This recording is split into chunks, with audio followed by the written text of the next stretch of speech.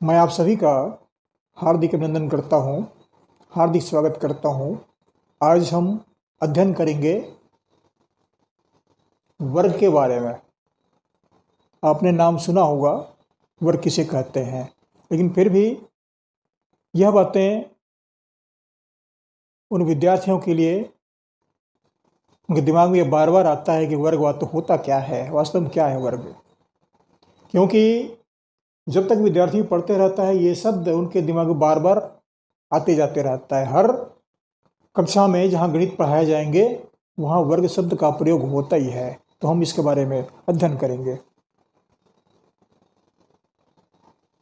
हमने अब देखिए फिर से 3 चित्र लिया है। इन चित्रों के माध्यम से ही हम समझेंगे। मैं इन चित्रों का फिर से नामकरण कर रहा हूं। चित्र क्रमांक 1, चित्र क्रमांक 2 और चित्र क्रमांक 3। हम पहचान कर देखें कि इन तीनों चित्र में वास्तव में अंतर क्या है। देखिए ये चित्र थोड़ा सा बड़ा दिख रहा है, ये चित्र थोड़ा सा छोटा दिख रहा है, लेकिन आकार प्रकार बिल्कुल एक जैसे दिख रहा है। ये बड़ा है, ये छोटा है। अब इसको देखें, इसमें 3 भुजाएं हैं, इसकी आकृति अलग है। तो हम देखते हैं ये दोनों की आकृति लगभग लगभग मिलती जुलती है, छोटा बड़ा अवश्य है। तो ये समान दिख रहा है और ये अलग है। ये वर्ग है, ये भी वर्ग है, लेकिन ये वर्ग नहीं है। इसे हम क्या बोलते हैं? त्रिभुज बोलते हैं। इसमें 3 भुजाएं हैं, ये त्रिभुज है। तो हम आज इन दोनों के बारे में ही अध्ययन करेंगे, वर्ग के बारे में ही अध्ययन करेंगे। अब देखेंगे इसमें 4 कोण बनते हैं और प्रत्येक कोण 90 अंश का होता है।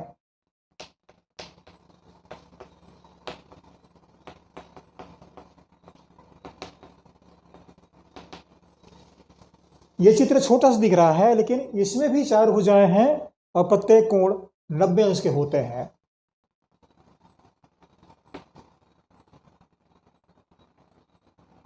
चारों कोण 90-90 अंश के, और चारों को जोड़ देंगे तो ये हो जाएगा 9 × 36 360 अंश।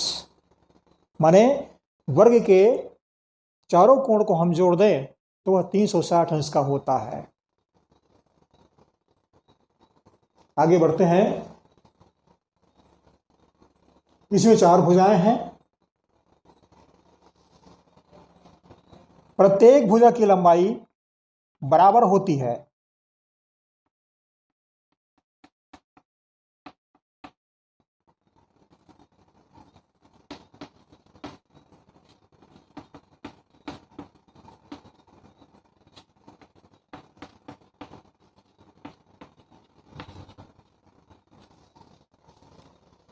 हमने ये 2 विशेषता लिखी वर्ग के बारे में। एक तो प्रत्येक कोण 90 अंश और प्रत्येक भुजा की लंबाई बराबर होती है।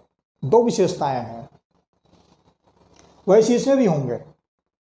अगर भुजा की लंबाई चाहे जितनी भी हो, लेकिन विशेषताएं उनमें वही होंगी। चारों कोण मिलाकर के 360 अंश होंगे और प्रत्येक भुजा की लंबाई बराबर होगी। अगर इसकी लंबाई 3 सेंटीमीटर है तो यह भुजा भी 3 सेंटीमीटर ही होगी।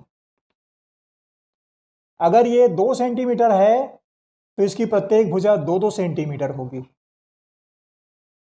अगर ये एक भुजा की लंबाई यदि दी गई है, यदि आपको कहा गया कि एक वर्ग की भुजा 4 सेंटीमीटर है, तो हमें इस बात को समझ लेना है कि वर्ग की प्रत्येक भुजा की लंबाई 4-4 सेंटीमीटर होंगे। एक का वर्ग बराबर 1 × 1, 1 एकम 1। अब ये वर्ग क्या है? वर्ग दरअसल में घातांक है। ये 1 के दाहिने साइड में ऊपर में लिखा हुआ है, तो ये घातांक को व्यक्त करता है।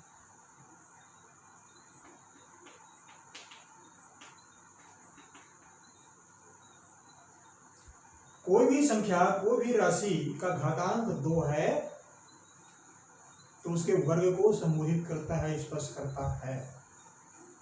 आगे चलते हैं। 2 का वर्ग ये घातांक है, तो इस राशि को कितने बार गुणा करेंगे, 2 गुणित 2 गुणा कर देंगे तो ये 4 हो जाएगा। माने कोष्ठक के अंदर जो राशि लिखी गई है उसको हम केवल 2 बार ही गुणा करेंगे, 3 बार गुणा नहीं करेंगे, 4 बार गुणा नहीं करेंगे। घातांक 2 है तो उसे वर्ग कहा जाता है। अगली संख्या को चलते हैं, 3 का वर्ग। इस संख्या को वर्ग को हम यहां पर नहीं लिख सकते, यह सही नहीं है। अगर हम इस संख्या के बाएं साइड में लिखते हैं तो ये सही नहीं है। तो सही क्या है, यहां पर दाहिने साइड में लिखेंगे 3 का घात 2 या 3 का वर्ग या 3 घातांक 2, ऐसा भी पढ़ सकते हैं। तो ये 3 गुणित 3, ये 2 का मतलब क्या हुआ, इस संख्या को 2 बार गुणा करेंगे। 3 गुणित 3, 3 दिया 9। वैसे ही 4 का वर्ग या 4 घातांक 2 बराबर 4 गुणित 4। इस 4 को हमें 2 बार गुणा करना है, 4 गुणित 4। इस तरह हमें 16 प्राप्त होते हैं। फिर 5 गुणित 5, फिर 6 गुणित 6, 6 का वर्ग, 7 का वर्ग, 8 का वर्ग, इस तरह से ये बढ़ते जाता है। तो हमें समझना ये है कि वर्ग मतलब होता है, वर्ग का अर्थ होता है किसी भी राशि का घातांक 2। घातांक 2 है तो उसे वर्ग भी कहा जाता है। हम पढ़ने के तरीके भी आपको बता दिए। 4 का वर्ग या 4 का घातांक 2 या 4 घात 2 या 4 का वर्ग, वर्ग अर्थात 2, इसे हम 2 बार ही गुणा करेंगे चाहे वह कोई भी राशि हो। अगर बीजगणितीय संख्या लें तो a का वर्ग, तो यह होगा, a को हम 2 बार गुणा करेंगे, a गुणित a बराबर a वर्ग, a गुणित a, a गुणित a, इसका अर्थ होता है a वर्ग। हम अभी जैसे यहां पर लिखे हैं तो क्या लिखेंगे, ये कोष्ठक हट जाएगा, कोष्ठक हटाएंगे तो ये बन जाएगा a वर्ग या a घातांक 2। अब ये a घातांक 2 कैसे हुआ, इसका घात 1 है, इसका घात 1 है, ये दोनों जुड़ करके 2 हो गए। ऐसे हम घातांक के बारे में फिर आगे पढ़ते जाएंगे। b का वर्ग, c का वर्ग, d का वर्ग, इस तरह से हम आगे बीजगणितीय संख्याओं को पढ़ते जाएंगे। इस तरह ये वर्ग की जो अवधारणा है हम यहाँ पर स्पष्ट किए हैं और आज की बात यहीं पर फिर समाप्त करते हैं। हम अपने विद्यार्थियों के लिए ये कार्यक्रम प्रस्तुत किए हैं। हमें आशा और उम्मीद है आप यह कार्यक्रम अपने बच्चों तक पहुँचाइएगा, यही हमारे आपसे आशा है। थैंक यू, धन्यवाद।